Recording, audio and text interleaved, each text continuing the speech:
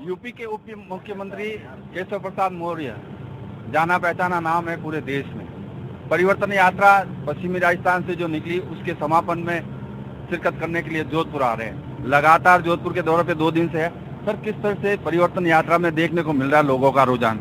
जबरदस्त जन समर्थन है। 2013 में राजस्थान के अंदर एक यात्रा निकली थी हमारी पार्टी की शीर्ष नेता वसुंधरा राजे जी की अगुवाई में, तब हम 163 जीते थे। इस समय 4 यात्राएं राजस्थान भारतीय जनता पार्टी चला रही है। मैं कल एक यात्रा में था, आज ये दूसरी यात्रा में, और जो जनसमर्थन है वो देख करके मुझे यूपी में जो 2016-17 में हम लोगों ने यात्रा निकाली थी परिवर्तन के लिए, उससे ज्यादा उत्साह दिखाई दे रहा है।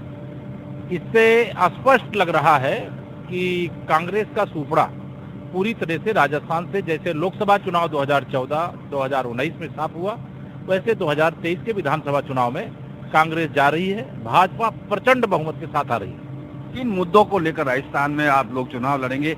लोग कहते हैं और विपक्ष आरोप लगाता है मुख्यमंत्री का चेहरा नहीं है। देखिए, भारतीय जनता पार्टी के पास चेहरों की कमी नहीं है। ऐसा ही आरोप जब हम यूपी का चुनाव लड़ रहे थे उस समय भी लगा रहे थे लोग, लेकिन चेहरा नहीं कोई घोषित करने के बाद भी हम 325 विधायक जीते थे।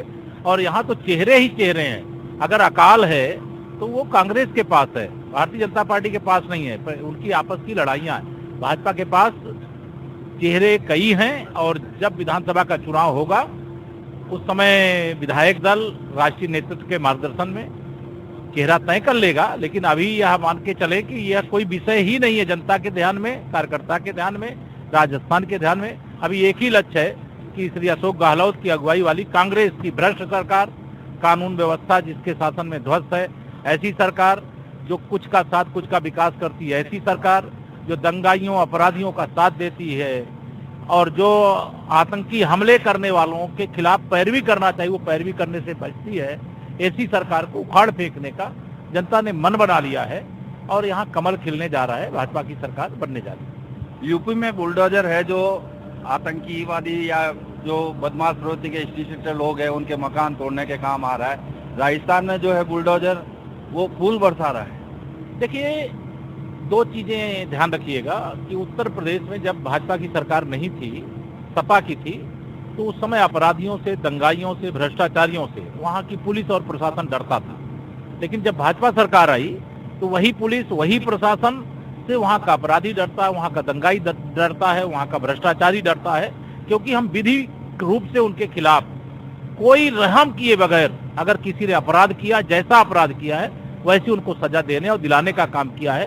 जब राजस्थान में भाजपा की सरकार बन जाएगी नवंबर में, तो आप विश्वास रखिएगा इस प्रकार का अपराध करने वालों की सूची हमारे कार्यकर्ता सब तैयार कर रहे हैं। वह सूची सार्वजनिक होगी, चाहे भ्रष्ट होगा, कोई अपराधी होगा, कोई बेटी बहन के साथ कोई गलत काम करने का दोषी होगा, कोई जमीनों पर कब्जा करने का दोषी होगा, कोई भर्तियों में नकल कराने का दोषी होगा। अनेक प्रकार के जो अपराध करने वाले लोग हैं उनको कठोर कार्रवाई के लिए तैयार रहना चाहिए, क्योंकि भाजपा मतलब सुशासन, भाजपा मतलब विकास, भाजपा मतलब अपराधियों के खिलाफ कार्रवाई, भाजपा मतलब सबका साथ सबका विकास। कांग्रेस का मतलब भ्रष्टाचार, अपराधियों का साथ अपराधियों का विकास, दंगाइयों का साथ दंगाइयों का विकास। आखिरी सवाल, वसुंधरा समर्थक जो विधायक और नेता है, कार्यकर्ता है, वो इस परिवर्तन रैली से दूर रह रहे हैं। चाहे कल कोटा में जिस तरह का हालात देखने को मिला और आज यहाँ जोधपुर में भी कई जगह पर पोस्टर बाहर भी हुआ है। मुझे लगता है कि ये केवल मीडिया की अटकलबाजियां हैं। बाकी आदरणीय वसुंधरा राजे जी भारतीय जनता पार्टी बहुत शीर्ष नेता हैं और चारों यात्राओं के शुभारंभ के अवसर पर मेरी जानकारी के हिसाब से वह उपस्थित रही हैं। ये कोई मुद्दा नहीं है, ये मुद्दा कांग्रेस के द्वारा सृजित किया जा रहा है, तो जिसके बदले में उनको कुछ भी हासिल नहीं होगा। खोदेंगे पहाड़, निकलेगी चूहिया। कांग्रेस के कई पुराने नेता वो बीजेपी में शामिल होने जा रहे हैं, आने वाले चुनाव में कितना फायदा मिलेगा?